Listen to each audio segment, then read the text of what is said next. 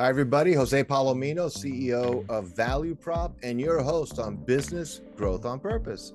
And today's guest is Marin Davis. And Marin is a brand and marketing specialist. And we're going to really focus on the power of branding, what branding really means, especially in the context of a smaller owner-led business, and even in the B2B industrial category.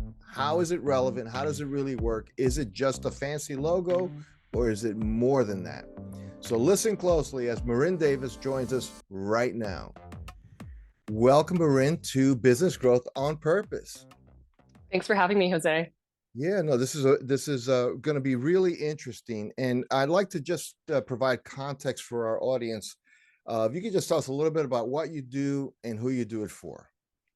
Absolutely. So my name's Marin Davis. I'm the founder of Local Collaborative. We are a branding and marketing agency, and we work primarily with solopreneurs as well as mid-sized businesses. Okay, so marketing, branding, those are two of my favorite themes to explore here.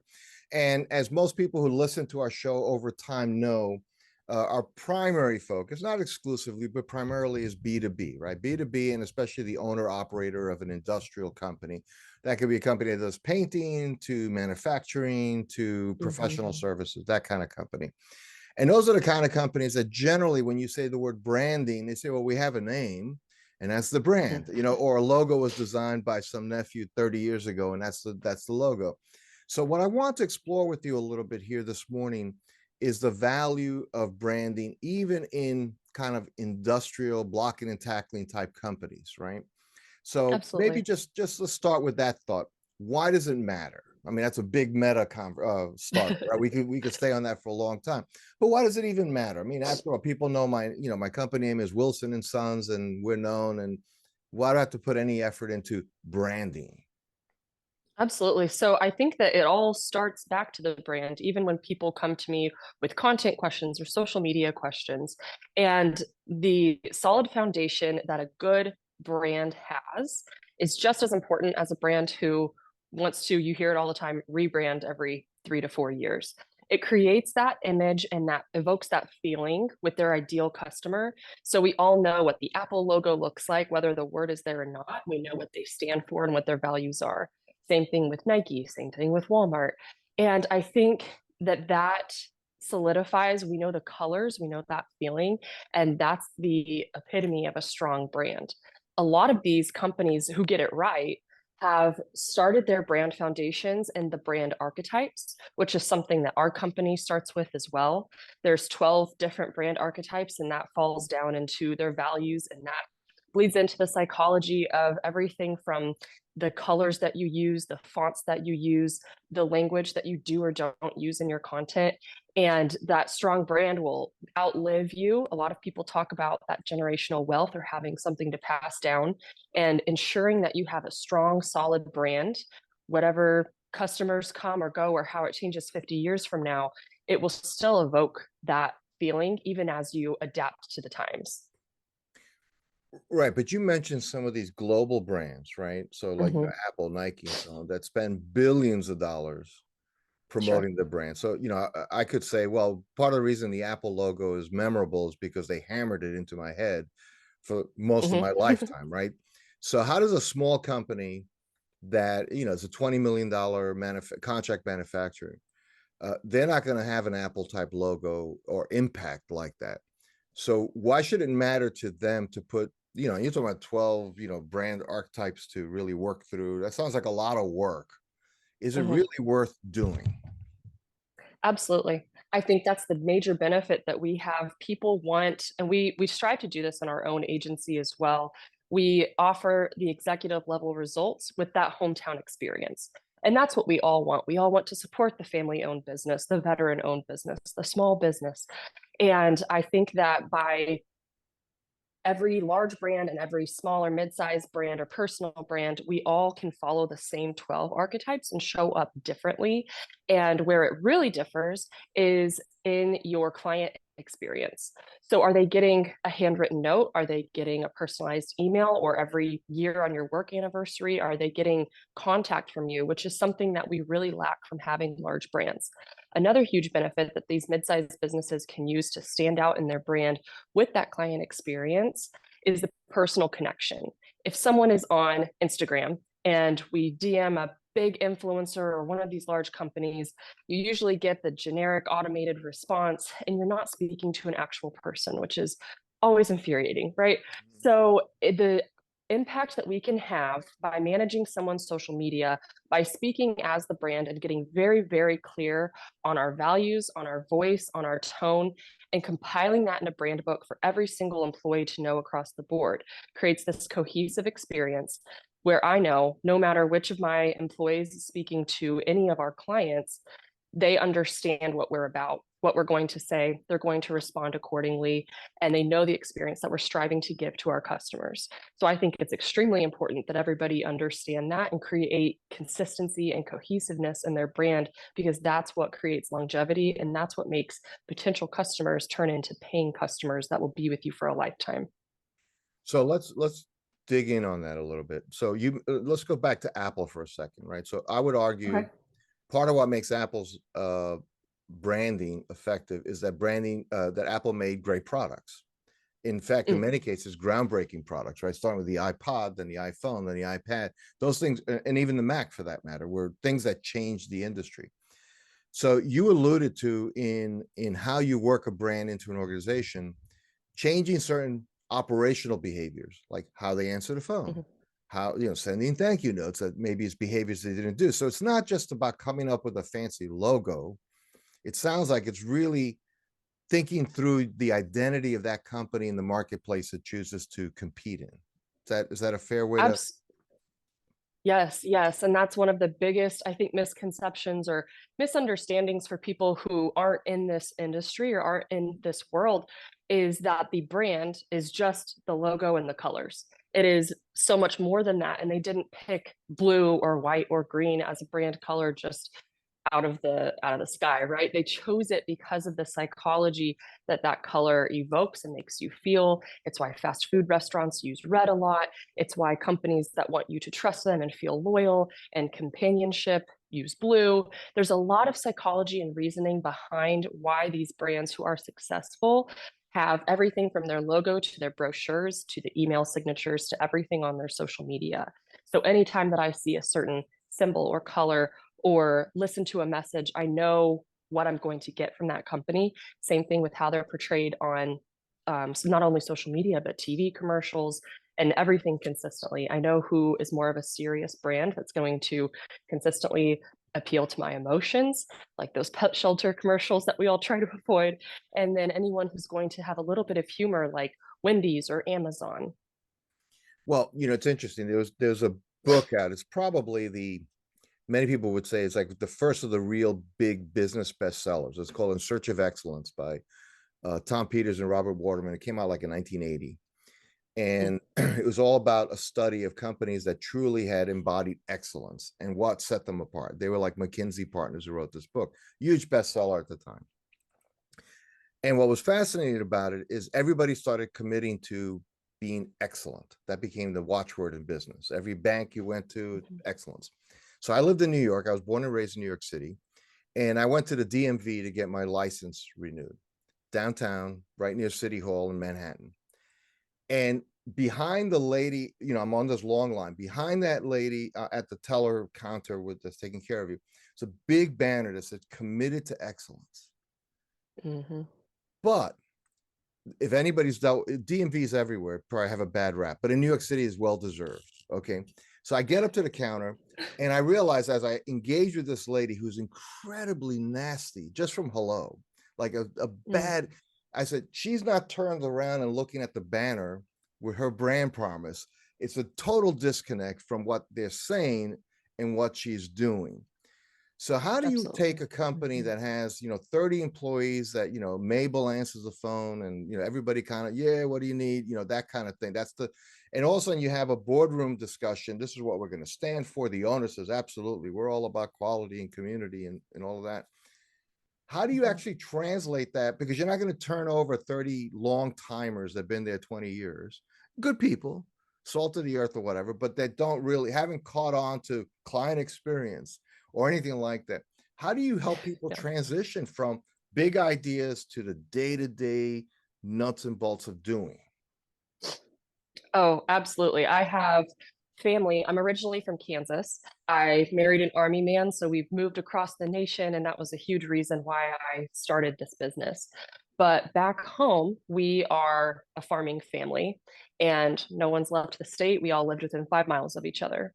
So I had some of my clients were cousins and family members and close friends who are those good old boys, and they had the cattle company. So the fun times that is not only working with your family, but trying to describe why social media and websites are important to a cattle farmer was pretty interesting for me. So I feel this to my core. And what ended up happening is it was my younger cousin who realized the importance, and he wanted a website, he wanted an app for people to order beef from him. And so there was this gap of they use social media for their personal use, their personal pages, but there wasn't the understanding of how to use that with my personal reputation and how to translate that as a brand and how do I use that as a business, because they're two very different things, right? So I think getting everyone on board, one, it starts with leadership. It starts with my customers, my clients, and my employees are all hearing and saying the same things. Am I more formal in my business than I am in my personal life? Of course. I'm a mom of a toddler and a baby. The things that I watch and say to them are things I would not say to someone on a Zoom call, right? So there are always these different edges of personality, but a huge part of our brand is the core values that I share no matter where we're at. You follow through, you do what you say you're going to do, no matter the experience. You are offering the best work that you possibly can, and everything is going to be ethical, moral, and our tagline, our motto that we always come back to is all you need is less, because this can seem a bit overwhelming to someone who just wants to do their work and they're in their work hands on. We have a lot of personal trainers who don't want to film their clients working out, for instance. So it's difficult to actually be in their work, and they need someone outside of themselves Mm. to view them and pull out their strengths and say, you don't think this is important. This happens in my own business too. You don't see this as important, but that outside person says this is actually something extraordinary for you, and you're making it harder than it needs to be, right? All you need is less. So we simplify by creating 3 to 5 steps. We pull out those 3 to 5 points and we storytell. We storytell through their brand, and we evoke that story that connects with a customer, because we as humans, that's why we remember fairy tales or nursery rhymes and songs for our entire life. We relate and understand characters, stories, Mhm. songs, repetition. So that's the core of brand archetypes. And we give them real people examples, big brand examples, cartoon examples. We give them examples to relate to and say, this is an example of who you are, just for relatability. Outside of Marin, who is local collaborative and why do they speak the way that they speak? Wow. So that I can see the thought that goes into that. So part of that also, of course, is how do customers see that company? Like your client, all of a sudden they say, well, people think we're really trustworthy. And then you talk to Yep. some of their customers and maybe not so much.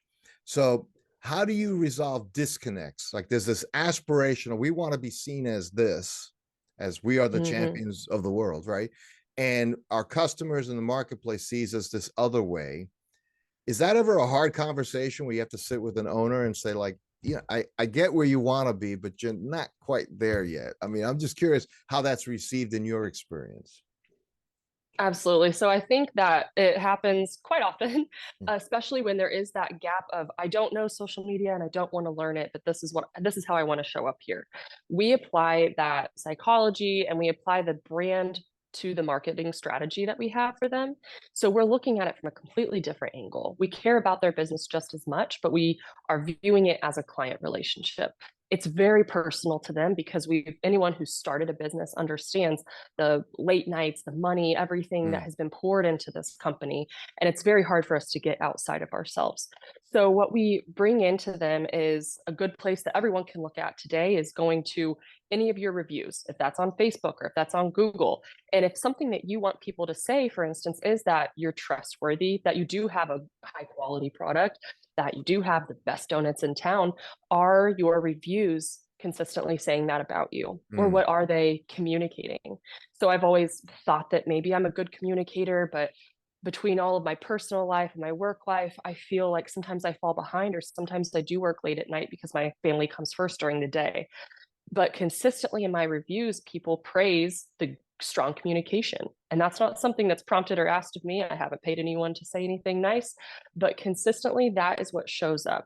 So your brand is what people say about you when you're not in the room, when they're not introducing you to come onto a stage and speak.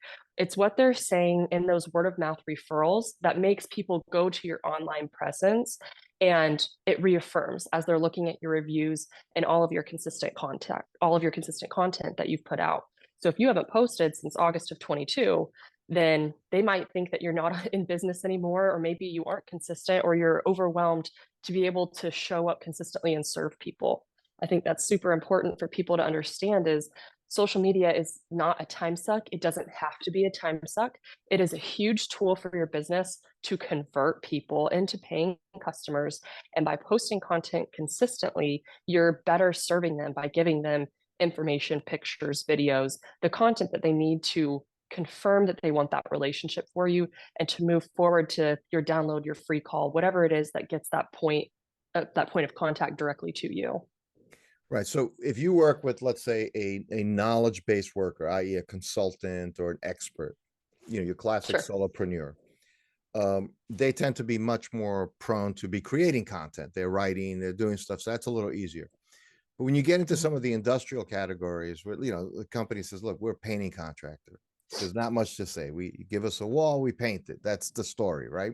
So they may feel they don't have a lot of story to share. You talked about the power of story. I Mhm. believe in that. I think we we remember stories much more than facts, right? It's the story, how we felt, all of that. So Mhm. the question is, does everybody have enough story to create enough content to have the kind of impact you're describing? Or there's some businesses that even you look at and say, well, I agree, there's really not much to say there. You sell hay, and Yeah. how many bales do you want, or whatever. So I'm just curious how you find that challenge. Is there enough story in most businesses to approach it the way you're describing? Yes. I think that that's the big benefit of bringing us in, who is an outside perspective, and we work agency style, right? So we don't work with one industry. We're not just representing one company. So we've had the benefit of working with ag companies, or that your comment about, do I have enough stories, makes me think of one client who is an arborist. And we were sending content calendars, we were sending things to them for the products they had purchased. And he asked me, he's like, how do you know so much about this industry? Why do you think that these things are interesting? So, from an outside perspective, if I was a client, what do I want to know about the guy who's coming out to cut down the tree in my yard? I want to know, well, what happens after that? So he said, well, we chop it up into wood chips and it goes to this local farm who has chickens, and it goes to this playground over here. And I said, that's super interesting. He didn't think so, but we had some filming, we had some photos, we wrote out the caption, posted it, and it was one of his highest converting, most popular posts. And every storm that we had after that, he was booked solid for days. He's also a very strong pillar in our community. So everything that he does by giving back to the local farmer, or anything that he does with cause marketing, as we like to call it, is something that I think would translate very well to that wall painter, the manufacturer, whoever thinks they don't have stories. So they can show us, maybe that person who has been there for 20 years, why have they wanted to stick around with that company for 20 years? What is that relationship like? And follow them around for a day. A lot of the cause marketing with that is, who in town or what organization or nonprofit are they passionate about helping? So maybe they also go and offer painting services to homeless shelters. Maybe during Christmas Mm, they have some kind of drive, or I see a lot of people do blanket donations or coat donations in the winter. If you are a women's health brand or a children's brand, you see a lot of those aligned values to give back to the community. So it's not just about showing up so my logo can show up on a banner. It's about, we know our employees and our families and our community are impacted by this, which is why we hire them. But this is also how we're giving back. So when you support our company, you're also supporting your community. And that can be great collaboration as well, to co-post with them, cross-post with them, and find those stories and dive into what you think might not be interesting. A lot of us haven't been inside of those factories or those manufacturing plants.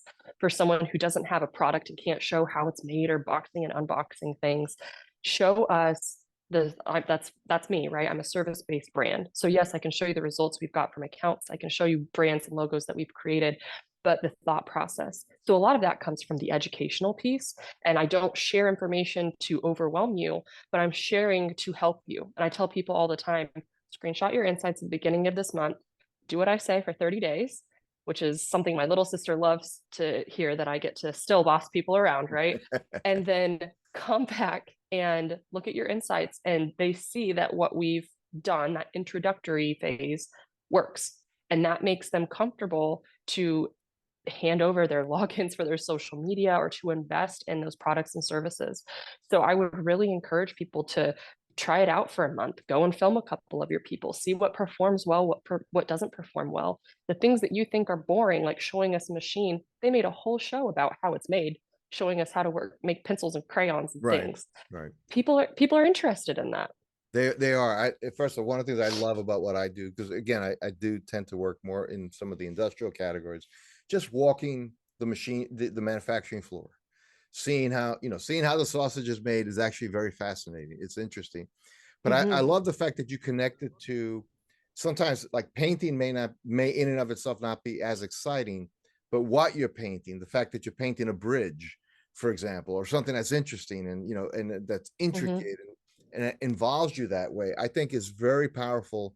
And it gives people a better understanding of kind of the total picture who you are. You're not just a name in, on a Google search that says, okay, we should call this contractor too. It's a fuller picture. Well, Marin, we could go on and on because this is a great topic. Really appreciate your insights here, and I'm sure our listeners do as well. So, if somebody listening were thinking, "Gee, Marin seems like really dialed in on this. It's exactly what I need help with," how would they get a hold of you? The best way is our website, letscollab.work. That is where one of those freebie downloads about content is. So if something that I've said has inspired or triggered somebody to really dive into their marketing strategy instead of feeling defeated by it, I would encourage them to go to letscollab.work, download that freebie, do what I say for a little bit, and then try it out and come back to me with any questions. We're always open in our socials at Local Collaborative to DM us with questions too. Fantastic. Marin Davis, thank you for joining us here today on Business Growth on Purpose. Thank you, Jose. It was a great way to start my day. Thanks for listening to another episode of Business Growth on Purpose. If you like the show, hit subscribe and leave us a review to help other people find the podcast. And if you're ready to take the next step in driving intentional growth for your business, come check out what we're doing at valueprop.com. We've developed industry-leading programs and systems to help B2B owners take control of their growth. Until then, thanks for listening to another episode of Business Growth on Purpose.